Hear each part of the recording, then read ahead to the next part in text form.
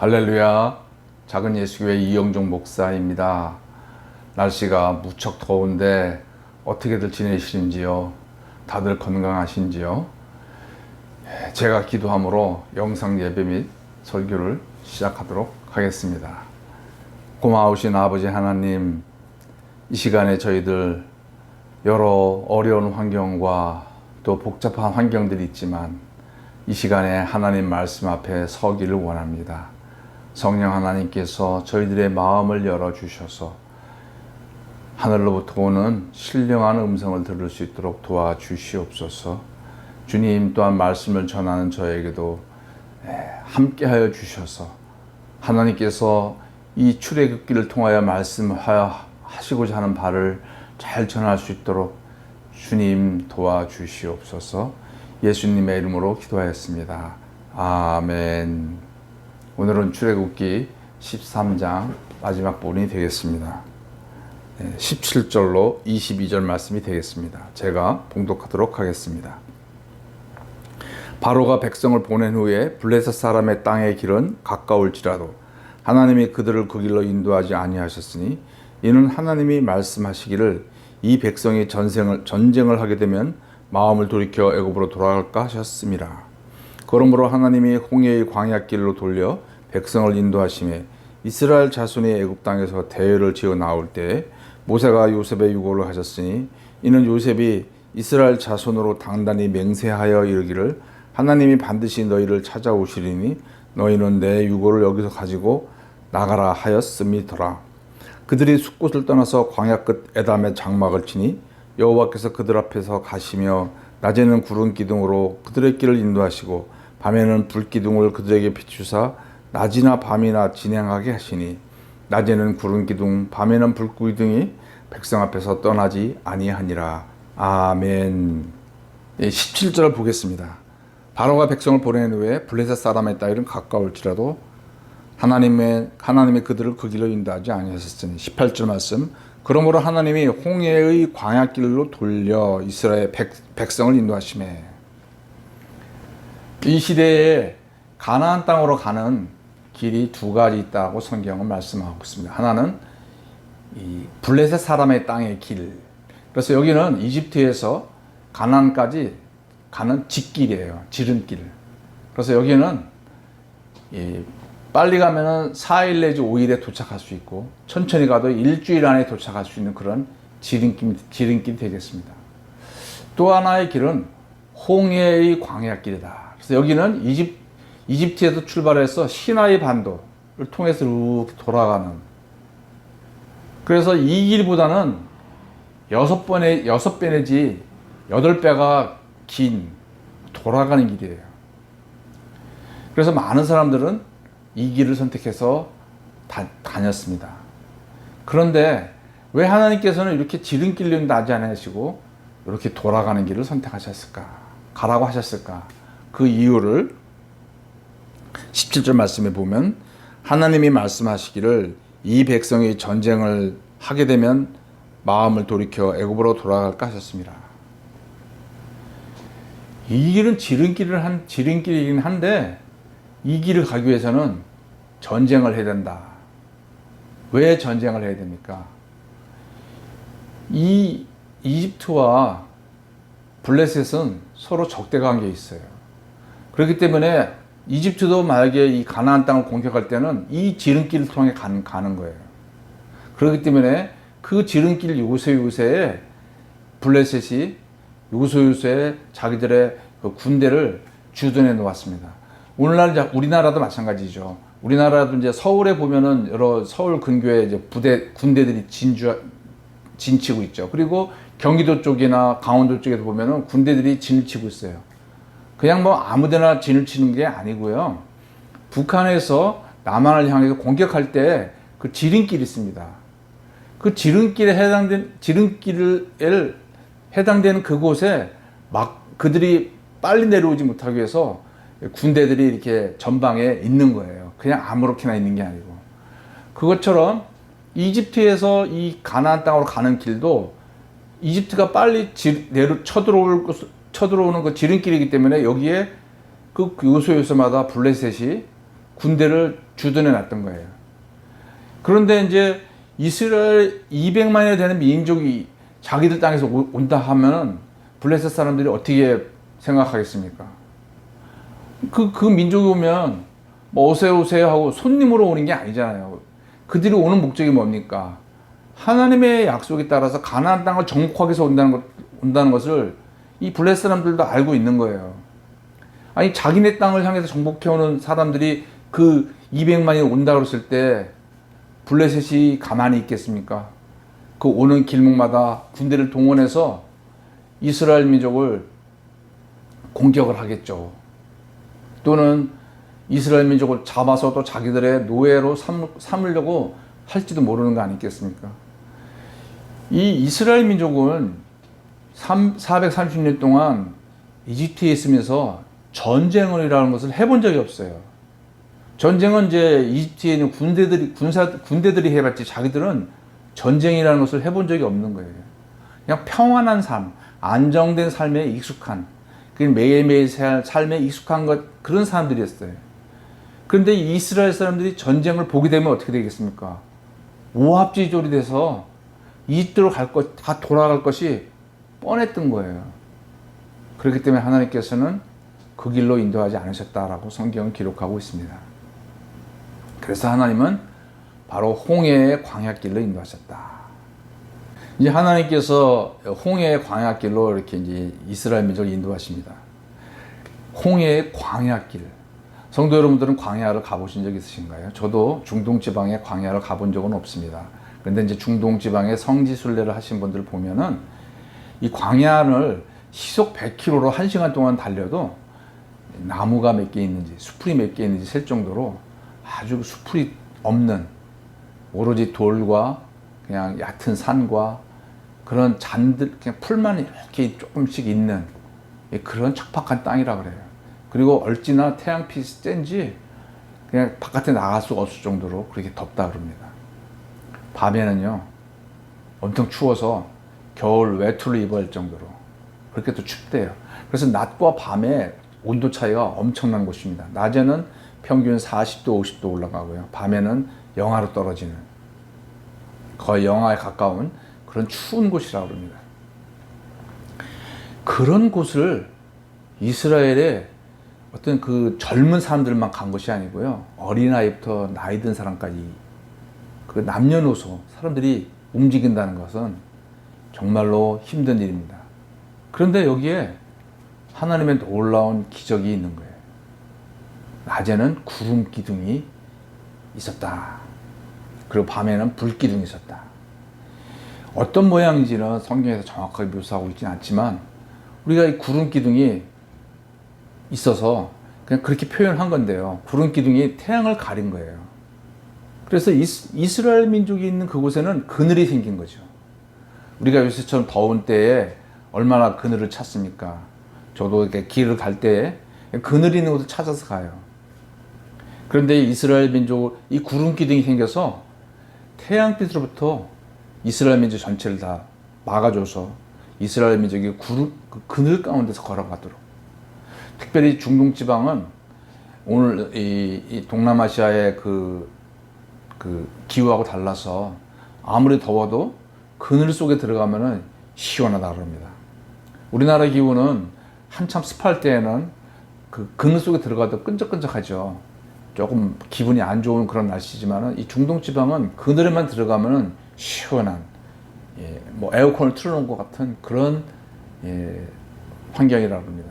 그래서 이들이 낮에도 걸어갈 수 있도록, 지치지 않고 걸어갈 수 있도록 하셨고요. 밤에는 불기둥이에요. 깜깜하잖아요. 오늘날처럼 뭐 이렇게 도시 문화에서는 우리가 이제 전기불 때문에 볼 수 있지만 그 깜깜한 곳에 불이 있으면은 환하게 비치는데 그 불은 이스라엘 민족이 또 밤에 추운 것을 막아준 거예요. 정확하게 어떤 건지 모르지만은 화롯불가가 역할을 해서 그들이 밤엔 춥지 않게, 그리고 그들이 200만이 되는 민족이 계속 그 홍해를 향해 걸어갈 수 있도록 주위를 비춰주기 때문에 아주 그 조명을 받은 것처럼 그렇게 걸어가게 하신 거죠. 한번 상상을 해보십시오. 얼마나 놀라운 광경이겠습니까? 그들이 만약에 이런 것이 없다면 그냥 광야길을 걸어가라고 하면은 그것도 하루 이틀이죠. 하루 이틀, 사흘, 나흘, 막 일주일씩 걸어가면은 얼마나 지겹겠습니까? 그러나 하나님께서는 이스라엘 민족을 사랑하셔서 그들에게 놀라운 광경을 보여주심으로 인해서 그들의 대화거리는 아마 그런 불기둥과 구름기둥에 대한 이야기를 하면서 피곤한지 모르고 아마 홍해길을 가지 않았을까. 그렇게 제가 한번 추측을 해보았습니다. 우리의 생각에는, 이스라엘 민족의 생각에는 하나님께서 애굽에서 보여주셨던 10가지 기적처럼 가나안 땅에 들어갈 때 그 블레셋 사람들을 꼼짝 못하게 기적을 통해서 그들을 다 물리치시면 얼마나 좋을까. 그렇게 생각할지 모르지만 하나님은 이 17절 말씀을 통해서 너희가 전쟁을 해야 된다. 그러나 아직 전쟁할 준비가 안 됐기 때문에 너희들이 전쟁할 사람이 되기 준비하도록 하기 위해서 홍해의 광야길로 너희를 돌이킨다 라고 말씀하시는 겁니다. 이스라엘 민족에게 있어서 전쟁이라는 것이 무엇입니까? 왜 전쟁을 보면은 그들은 도망을 했을까요? 사실 이스라엘 민족은 300년 동안 노예 생활을 하면서 전쟁을 경험해 본 적이 없습니다. 한 번도 경험해 본 적이 없습니다. 전쟁은 애굽에 있는 군대들만 했던 것이죠. 전쟁이라는 게 무엇입니까? 오늘날도 우크라이나 전쟁을 대한 소식을 듣지만 얼마나 처참합니까? 죽고 이별해야 되고 사별하고 재산이 집이 다 없어지고 떠돌아야 되고 가족의 이별, 가족의 해체. 그래서 이 전쟁은 정말 비참한 겁니다. 전쟁을 정말 피하고 싶은 거죠. 그런데 성경은 이스라엘 민족이 가나안 땅에 들어가기 위해서는 전쟁을 해야 된다. 만약에 이 전쟁이 경험 없는 이스라엘 민족이 전쟁을 하게 되면 반드시 돌아갈 것이다라고 하나님은 아셨습니다. 그래서 하나님께서는 이스라엘 민족이 전쟁을 할 수 있는 민족이 되기 위해서 훈련시키시기 위해서 홍해의 광야길로 돌리셨다라고 성경은 기록하고 있습니다. 하나님은 영적인 축복을 약속하시지만 그 축복을 누리기 위해서는 전쟁을 할 수 있는 사람이 되어야 되는 거예요. 전쟁을 통과해야 되는 거예요. 이스라엘 민족 생각에는 하나님께서 애굽에서 10가지 재앙을, 기적을 보여주셨던 것처럼 가나안 땅을 들어갔어도 하나님 기적을 보여주셔서 저 블레셋 사람들을 싹 쓸어버리십시오 라고 요구하고 싶었지만 하나님은 아니다. 너희들이 전쟁을 해서 이게 쟁취해야 된다라고 말씀하시는 거였습니다. 자, 그러면 우리들에게 있어서, 오늘날 우리 성도님들에게 있어서 전쟁이라는 것은 무엇입니까? 우리도 대부분 전쟁을 경험하지 못하고 살았습니다. 그러나 이제 영적인 전쟁은 어떤 것입니까? 뭐 여러 가지 있겠지만은 우리가 그 전쟁은 다시 말하면 내가 직면하기 싫은 것, 피하고 싶은 것이 전쟁의 형태로 다가온다고 생각이 듭니다. 성도 여러분 중에서 지금 어떤 외면하고 싶은 현실이 있으십니까? 생각하고 싶지 않은 어떤 그런 미래가 있습니까? 아, 제발 저거는 일어나지 말아야 할 텐데. 또는, 우리 자녀가 왜 저럴까 하고 자녀 때문에 정말 고민하고 자녀 때문에 피하고 싶은 어떤 현실. 또 어떤 관계에서의 어떤 피하고 싶은 현실. 전쟁은 정말 피하고 싶고 생각하고 싶지 않고 그런 일이 일어나지 않았으면 좋겠고 하는 그런 것들이 우리들의 삶에 있어서 전쟁의 한 모습이 될 수가 있습니다. 피하려고 하고 도망가려고 하면 전쟁에서 이길 수가 없는 겁니다. 성경은 직면하라고 말씀하십니다. 세상에서는 그런 어려움이 오거나 직면하기 힘들면 술을 하거나 또는 여행을 하거나 또는 뭐 게임을 하거나 잠을 자거나 먹거나 이런 것으로 그걸 회피하려고 합니다. 또 생각을 안 하려고 그러고 연기하려고 그러죠. 피하려고 하죠.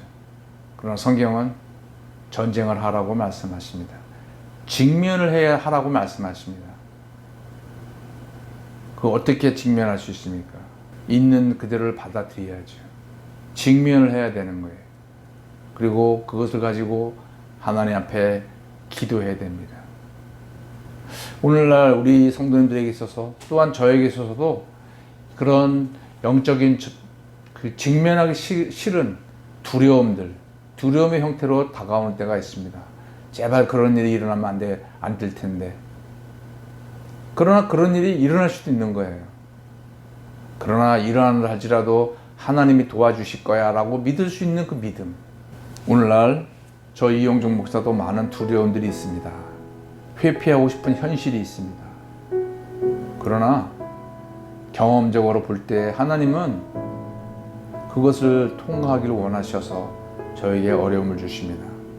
그래서 눈물도 흘리고 간절히 기도도 하고 하나님 앞에 원망도 해보고 하나님 앞에 매달리기도 하고 하나님께 협박을 하기도 하고 어떤 형태든 도망가지 마시고 현재 그 전쟁과 같은 정말 죽기보다 더 싫은 그 환경을 받아들여야 됩니다. 그리고 그 환경 속에서 항상 기뻐하라, 쉬지 말고 기도하라, 범사에 감사하라 하신 말씀을 가지고 싸워야 되는 겁니다. 어떻게 이 상황에서 기뻐할 수 있어? 어떻게 기도가 나와? 난 기도도 안 돼. 그리고 감사하라고? 나는 안 돼. 영적인 전쟁을 해야 됩니다. 하나님 도와주십시오 하면서 억지로 기뻐하고 억지로 기도하고 또 억지로 감사하는 그런 영적인 전투를 해야 됩니다. 뒤로 물러가지 마시고 다른 것으로 해결을 하지 마시고 내가 있는 그 상황을 직면하시고 피하지 마시고 온몸으로 받아들이시면서 하나님 앞에 간절히 기도하시면서 하나님의 말씀을 가지고 승리하시는 성도님 되시기를 간절히 축원합니다. 기도하겠습니다. 아버지 하나님, 이스라엘 민족을 출애굽한 이후에 주님께서는 이스라엘 민족이 영적인 전쟁을 하기를 원하셨던 것을 압니다. 주님, 저희들도 구원하신 이후에 저희들 하나님 나라에 갈 때까지 영적인 전투가 있는 줄 압니다. 주님, 저희들에게 피하고 싶은 현실이 있습니까? 인정하고 싶지 않은 환경이 있습니까? 죽을 것 같은 환경이 있습니까? 주님, 피하지 않게 하시고 직면하게 하시며 하나님 앞에 눈물로 또 간절히 기도함으로 하나님이 도우시는 것을 경험할 수 있는 저희들이 되게 도와주시옵소서. 예수님의 이름으로 기도하였습니다. 아멘.